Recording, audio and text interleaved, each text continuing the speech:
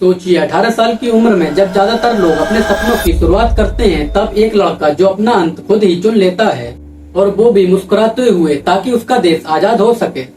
आज हम उसी वीर बलिदानी की बात करेंगे।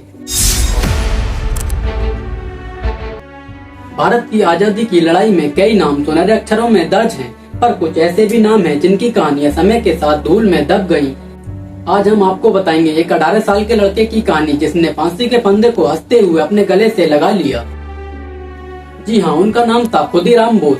खुदीराम बोस की कहानी हमें आज भी बताती है कि हमें आजादी कितनी बड़ी कीमत देकर मिली है। आज 79 साल बाद भी आप जब इस कहानी को पढ़ोगे या सुनोगे तो आपकी आंखों में आंसू आ जाएंगे।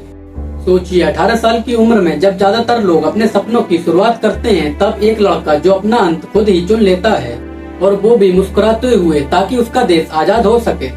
आज हम उसी वीर बलिदानी की बात करेंगे। दोस्तों, वीडियो शुरू करने से पहले हमारे चैनल को सब्सक्राइब करके वीडियो को लाइक कर दें। 1908 की एक रात, एक बम, एक गाड़ी, एक ऐसा हादसा जिसने ब्रिटिश साम्राज्य को हिलाकर रख दिया। लेकिन इसके पीछे था सिर्फ एक 18 साल का लड़का खुदीराम बोस। वो जब अदालत में खड़ा था तो उसकी उम्र पूछी गई। उन्होंने कहा, सिर्फ इतनी उम्र है मेरी कि मैं देश के लिए मर सकूं। जब ब्रिटिश अदालत ने कहा कि तुम्हें फांसी होगी, तब वो 18 साल का लड़का हंस पड़ा और उसने कहा, देश के लिए मरना ही सबसे बड़ा इनाम है। सुबह का समय, जेल का दरवाजा खुला और वो बाहर आया, दिल में तिरंगा और चेहरे पर मुस्कान। अगले कुछ मिनटों में उसकी सांसें थमने वाली थी, लेकिन डर जरा सा भी नहीं। तो आइए शुरू करते हैं एक ऐसे बलिदानी की कहानी जिसने हंसते हंसते अपनी जान देश के लिए कुर्बान कर दी। सिर्फ 18 साल की उम्र में फांसी के फंदे पर झूल गया। 3 दिसंबर 1889 में मिदनापुर, बंगाल में खुदीराम बोस जी का जन्म हुआ। लेकिन कुछ ही समय बाद ही उनकी माता पिता का निधन हो गया और उनकी परवरिश उनकी बड़ी बहन ने की। खुदीराम के मन में देशभक्ति की भावना कूट कूट कर भरी थी। वह उस समय के सामाजिक और राजनीतिक माहौल में बहुत प्रभावित थे। जब ब्रिटिश शासन में जनाक्रोध बढ़ रहा था, 1905 में बंगाल विभाजन के समय, जब वह 15-16 साल के थे, उनके मन में अंग्रेजों के प्रति गहरा रोष था। इस दौरान वे स्कूल के साथ साथ स्वदेशी आंदोलन और क्रांतिकारी गतिविधियों की ओर आकर्षित हुए।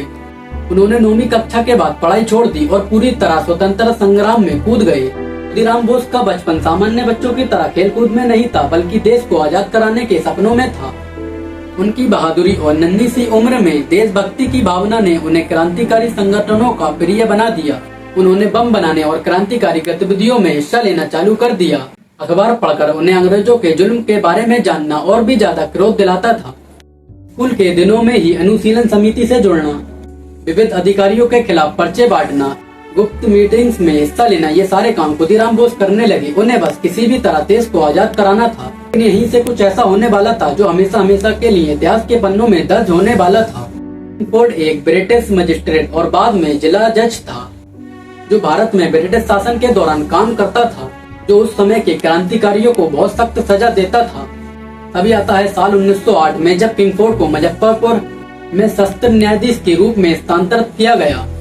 तभी कुछ क्रांतिकारियों ने उसे मारने की योजना बनाई और उन्होंने इस योजना को नाम दिया मुजफ्फरपुर बम कांड।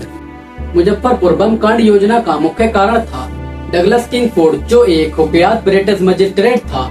किंगफोर्ड ने कोलकाता में मजिस्ट्रेट के रूप में क्रांतिकारियों को बहुत ज्यादा कठोर सजा दी थी, जिसके कारण वह क्रांतिकारियों के निशाने पर था। तभी वह एक योजना बनाते हैं जिसका नाम था बम हमले की योजना। क्रांतिकारियों ने बम हमले का तरीका चुना क्योंकि ये ब्रिटिश अधिकारियों में दहशत फैलाने का प्रभावी तरीका था। बम को इस तरह बनाया गया था कि वो किंगफोर्ड की बग्गी को निशाना बनाकर भारी नुकसान पहुंचा सके।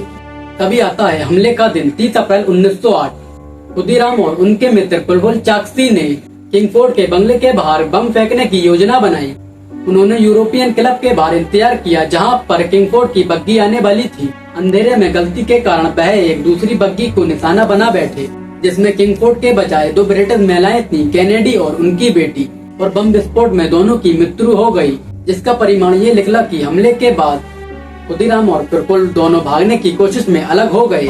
प्रफुल्ल चाकसी को पुलिस ने घेर लिया और उन्होंने खुद को गोली मारकर आत्म बलिदान दे दिया। और वहीं दूसरी तरफ खुदीराम बोस पैदल ही भाग रहे थे और वो भागते भागते बैन स्टेशन तक पहुंच गए। बैन स्टेशन पर उनकी हरकतों पर संदेह होने के कारण उन्हें पुलिस ने गिरफ्तार कर लिया। पूछताछ के दौरान उनकी पहचान एक मुजरिम के रूप में हो गई। मुजफ्फरपुर बम कांड के लिए खुदीराम बोस पर मुकदमा चला। 19 साल की उम्र में 11 अगस्त 1908 में उन्हें मुजफ्फरपुर की जेल में फांसी दे दी गई।